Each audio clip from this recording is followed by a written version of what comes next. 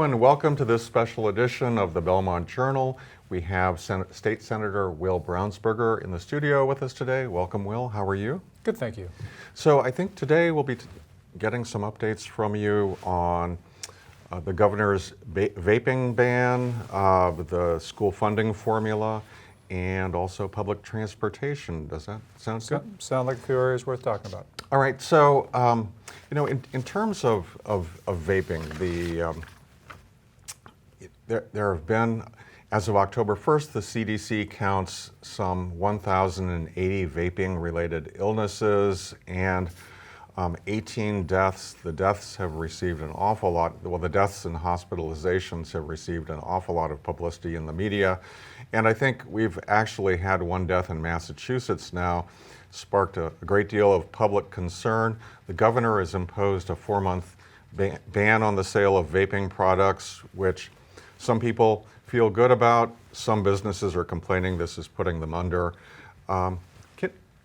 What's your sense of the nature of the crisis, where it's going, and what we might see with the potential, 4 months from now when the vaping ban comes? Yeah, I don't know. I mean, here are my thoughts, and I think it's a very difficult issue because no one really knows what's going on, right? That's true. And so we're making policy in the dark. So we are starting from a place. So a lot of folks who have kids who are in high school and sometimes younger, and this includes myself. We've already started with a concern about, I don't want my kid to be getting into nicotine addiction because vaping products have become popular with that age group. And now this is sort of layering on a new level of concern. Is my child or is anyone using these products actually putting themselves in serious danger? Well, it's a physician who has seen one of these cases where people's lungs are basically burned, they show the signs. They look like lungs that have been burned with toxic chemicals. They're extremely disturbed and troubled and motivated to say, this must stop. Let's ban this activity.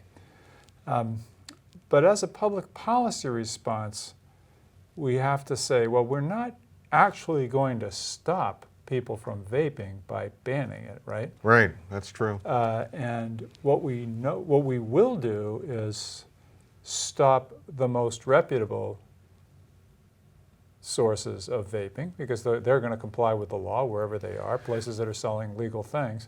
And for example, and I don't know if this company would be characterized as reputable or not, but the CEO of Juul has stepped down as a result of the controversy, although they're probably one of the more mainstream manufacturers, I would think. Yeah.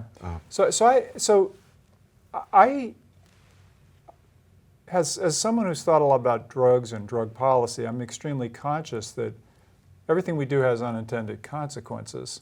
So that if we say all the legal sellers of an addictive drug, by the way, nicotine, mm-hmm. are going to go away, mm-hmm.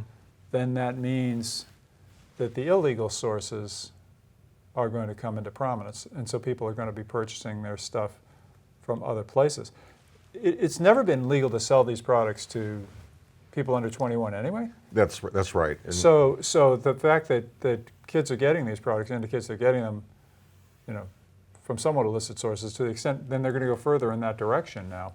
So I have extremely mixed feelings about it. I kind of tend to think that the government's better role on this, rather than banning them, might have been to just do an extraordinarily heavy-duty public awareness program and try to encourage people to be extremely cautious about their sourcing of their vape content. But I think there are huge unknowns. mm-hmm. There is a set of data that sort of suggests that people who are getting, who are affected are getting these from THC, marijuana-type products, That's right. purchased in the illicit market. And it's some of the people who've been hospitalized say or claim that no, they weren't using the THC products, that they were using nicotine. So, But guess what? I have no idea whether to believe them. yeah. Right? I mean, people, particularly if they're coming from another state where THC is illegal, or, they're not going to acknowledge illegal behavior. That's true. Unfortunately, that is one of the realities here, is that we are dealing with people's self-reports of what they've done, and those are not always necessarily accurate. So, as I say, I think we're making public policy in a condition of extreme uncertainty. We are, the governor was responding, I think, to people in the medical, I'm going to use the word establishment, because we have a strong medical establishment in this state. It's very powerful, who said this is a terrible thing. It should not be allowed to happen. People should not be allowed to get this disease. They don't want people to see people coming through their doors with these very serious illness. But I tend to feel that, given the amount of vaping that's going on out there, which is a lot, right? Hundreds of thousands of people every day vaping, and you've got, you have a handful of these illnesses. So what is the source? There's a bad product out there someplace, most likely. We don't know. But I think I think we need to be concerned that by creating a firm ban, we've sent a message that we do want to send, but we also have driven people into the black market, and we just don't know what's going to happen. So that's kind of where I am. Is I just don't know what to expect from this. Yeah. I probably, where the governor might have handled it a little differently. I certainly respect where his decision-making process. I tend to put a little more emphasis on the risks of unintended consequences. Just to this self-report issue. Sure. Just to sort of paint by analogy, to paint a different subject. There's a thing called the National Household Survey of Drug Abuse. Right. Where they ask people, do you use cocaine? How many times in the past week have you used cocaine? And trust me, we're not going to tell anybody. It's a confidential interview, right? And so those surveys yielded numbers like about, I'm going back to the 90s when I happened to have given this information a lot of study. Those yielded numbers like maybe about 500,000 frequent cocaine users in the United States. But then when they actually started drug testing people who were arrested, about 80% of the people in a lot of cities had cocaine on board. So they realized that the actual use of cocaine was wildly greater than had been detected by that household survey. So there was the point being that self-reports and what people tell you, we just don't know. I was just going to throw in this anecdote too, that that there were not the 90s, but probably about 10 years ago, I believe that the government did attempt to do some, or perhaps it was universities. There was some attempt to test sewage for in some locations for contents of illicit drug products, and based on what they were finding in the effluent, it suggested that there was a preponderance of use that was well beyond also the reported data. So that's another great example. And there's a lot of examples like that when you start talking about illicit behavior. Did you get this disease by doing X? And people say, no, I never do X. All right. And so that kind of, I think we have a lot to learn. Hopefully the sciences will get underneath it. There's a lot of possible outcomes here. So whatever, 2 years from now, somebody's going to look back and say, I was right and you were wrong by hindsight. But right now we're all playing games. We don't know what's going to happen here. All right. Well, I guess we'll see what happens. Yeah. So I to change the topic, you have been an important player. I mean, perhaps the real driver behind a lot of the work that's been done on Beacon Hill around education funding and reform. And so I'd like to ask you about the education reform bill, what the prospects are for enlarging the funding stream for state financial assistance, Chapter 70, for communities in the area, including Belmont, if you could. Sure. So, I mean, the education funding is something that every legislator cares about, and so it's one of those things that is just absolutely bread and butter for our constituents. You know, parents care about nothing more than the quality of their schools. So every legislator with a pulse, you know, has education funding as a top priority. It's certainly something I have been very active on. I've been very active in trying to understand the formula, trying to advocate for the communities that I serve, Watertown, Belmont, and Boston, each of which are different and have somewhat different needs. But this is something I think that the legislature collectively has done together in terms of the major reforms. I want to especially credit my colleague Jason Lewis, who's the chair of the Education Committee now, and the past chair Sonia Chang Diaz, both of whom have worked really hard on the following issue, which is the foundation budget. The education aid formula basically works like this. The state has basically a gigantic spreadsheet for each community that says this is how much you should need to run your school system based on the labor market that you're hiring teachers in, the number of kids you have, the number of kids with special needs. Actually, they make special assumptions. English language learners, low income portion. It's complicated. It's not straightforward. And in fact, the foundation budget is just a portion of what communities actually do spend on. Well, that's the trick. Is so this foundation budget concept, which was a pretty good construct, has just gotten out of date. So that and our understanding of what communities need has evolved beyond it. So it's become clear that the amount that the state says in this gigantic spreadsheet, Belmont needs to spend, Watertown needs to spend, Boston needs to spend, does not equal that. That each of those communities, in fact, need to spend more than the formula says. And basically, after a lot of study, people decided there were 4 areas where the formula did not adequately reflect reality. One was healthcare costs, which of course have continued to rise past inflation. 2 is the cost of special education. And those 2 people have not been controversial. People, for a couple of years, people have sort of have had a consensus on what we needed to do to the budget to reflect those factors. English language learners, that's a complicated conversation about how do you best serve kids coming in with English language needs. And by the way, a lot of kids coming in with English language needs into our country not only have English language needs, they're 14, but they're not really literate in their own language. So they have deeper needs that need to be addressed as well. And that sort of wraps into the 4th element of the formula, which is children of lower income. And low income is, doesn't necessarily, tends to go along with mixture of other disadvantages. And so individual low-income children cost more to educate, and a school system with a high concentration of low-income children, and we have a number of school systems like that in our state, that concentration creates needs in itself. So we've revised the formula to reflect those realities, and it's a good thing. So communities like Belmont and Watertown will see modest increases. I think both those communities are going to see something in the neighborhood of $1 or $2 million additional per year when the whole thing is rolled out about 7 years from now. Communities like Brockton, Lawrence, where the children are all basically have low income, and where the communities themselves have very limited resources, very limited property tax, just they can't afford to fund their schools. They're going to see much more substantial increases, and hopefully we'll do a better job of educating our children statewide. So that's that. Now this House and the Senate have been tussling about this for a few years now, but I think we've reached pretty well in sync now. We think we're in sync now, and so the legislation that the Senate passed is something that was basically already agreed with.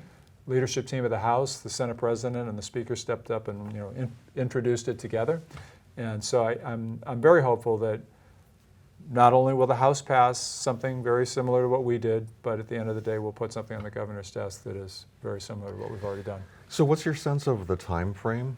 Well, that's a tough thing to determine. I'd be disappointed if the House didn't take it up before Thanksgiving. I'd like to see them take it up sooner. I'd like to see the House conference get going. I'd like to see it close before Thanksgiving. I'd like to see it on the governor's desk before Thanksgiving. That's probably wishful thinking.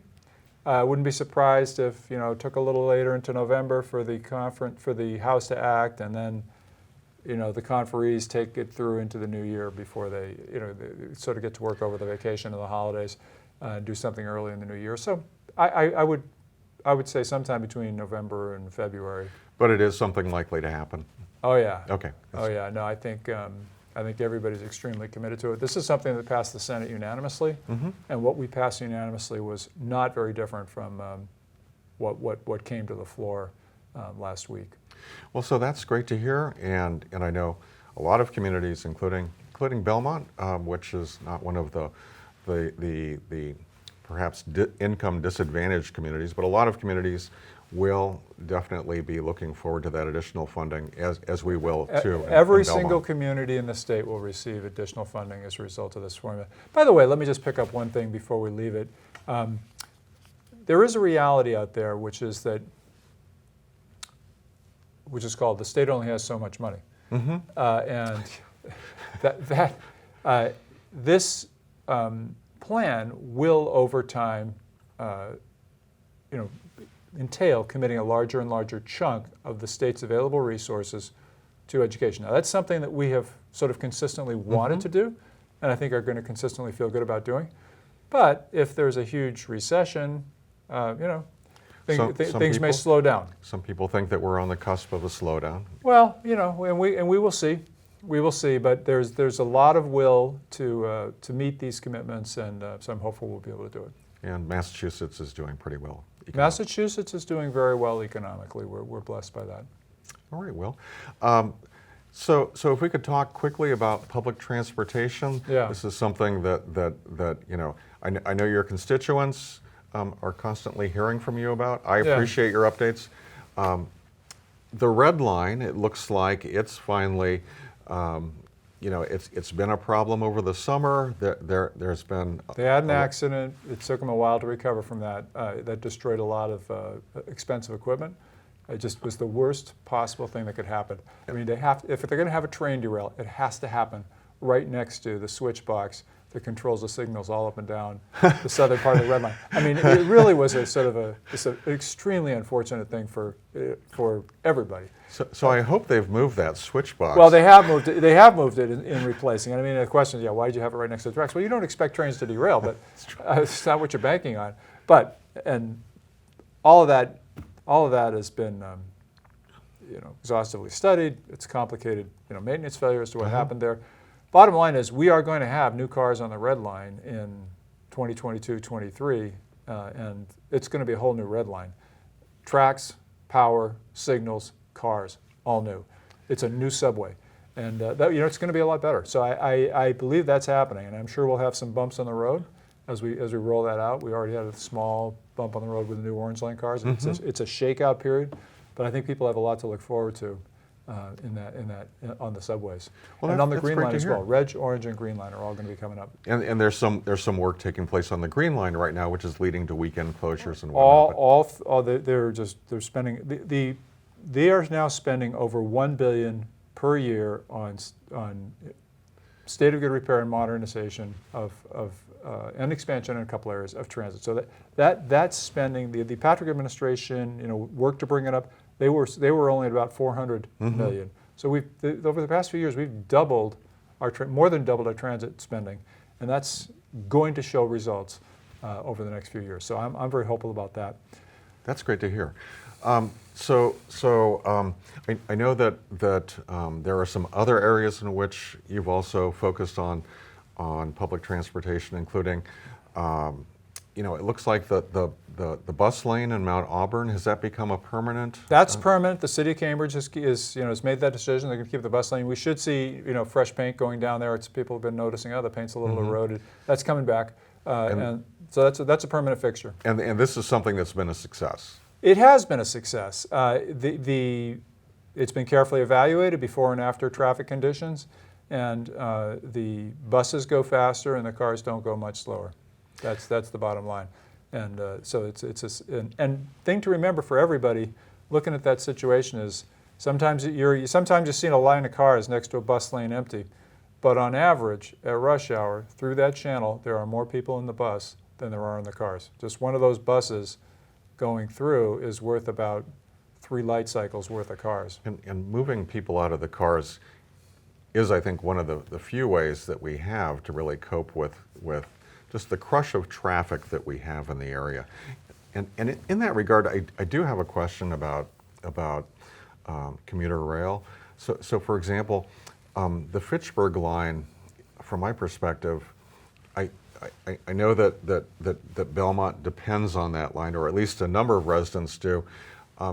In my mind, it would be so much better used if there were more frequency of service, and perhaps if there was some downward pressure on fares. And I know that fares are always a controversial thing to be tampering with, because frankly the T depends on that funding, but the fares for the commuter rail, they're extremely expensive, and they're distance based, so they get ridiculous. If you come in from Worcester, you're talking about $25 round trip. Sure. And that's $400 a month. I mean, that's very serious money for a working person. So, yeah, look, we're talking about both of those things. Mm-hmm. We're talking about increasing the service, and the increasing in service is not a simple proposition. Right? I realize. I mean, there's a whole bunch of variables to that. I mean, how many trains can you get down the track? Mm-hmm. How many trains can you get in and out of North Station in a finite period of time?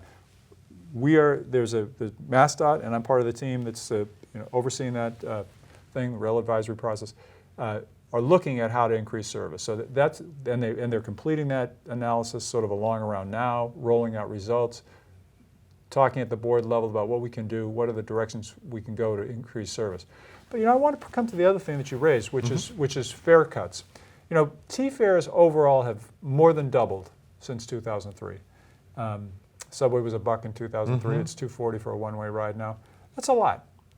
And I'm really increasingly interested in the idea that the state should raise some money from another source and just put it into fare reductions. We can't ask the T to cut fares, and I'm not among those who pushed back when the T chose to raise fares in June. Mm-hmm. They have a statutory right to do that. It's part of their budget structure that we allow them to do that, to deal with rising costs and to continue to provide quality service. But I am drawn to the idea that we should come up with funds and say, look, here we're going to give you these funds, MBTA, and by the way, not just the MBTA, but all the other regional transit authorities, Cape Cod, Pioneer Valley, Worcester. So you're going to cut your fares 50%. So just to put some numbers on that, for $800 million, there's about $800 million raised by fares statewide. Okay. For a 9-cent increase in the gas tax and $1 on every Uber ride, Lyft ride, et cetera, we could raise half of that and just say cut fares by half all across the state. I think that would increase utilization. I mean, people on public transit getting people out of cars. And getting people out of cars benefits everybody, because for those who choose to stay on cars, there's less congestion. Sure. So I think it's a public policy proposal that deserves some careful discussion, and I'm beginning to socialize that concept now. In other words, to raise it. I'll actually, you heard it here first. I'm going to be putting that out on my blog, today. Well, that's great to hear. But as a concept, I think it's something that I think we all need to start talking about. It needs to be in the mix, because the legislature is eager to do something effective to reduce congestion and to support public transportation further. I think the Baker administration is doing a lot of the right things already to move forward that process of transformation and improvement, and I'm not sure how much more or different we can ask them to do in that respect, but I do think we can put on the table the issue of fares, and that's something that I want to do over the next few weeks and months. Well, thank you so much, Will. I think that's about all we have time for. So I truly appreciate your being here with us, and that's it for this special edition of the Belmont Journal. Thanks for having me. Thank you.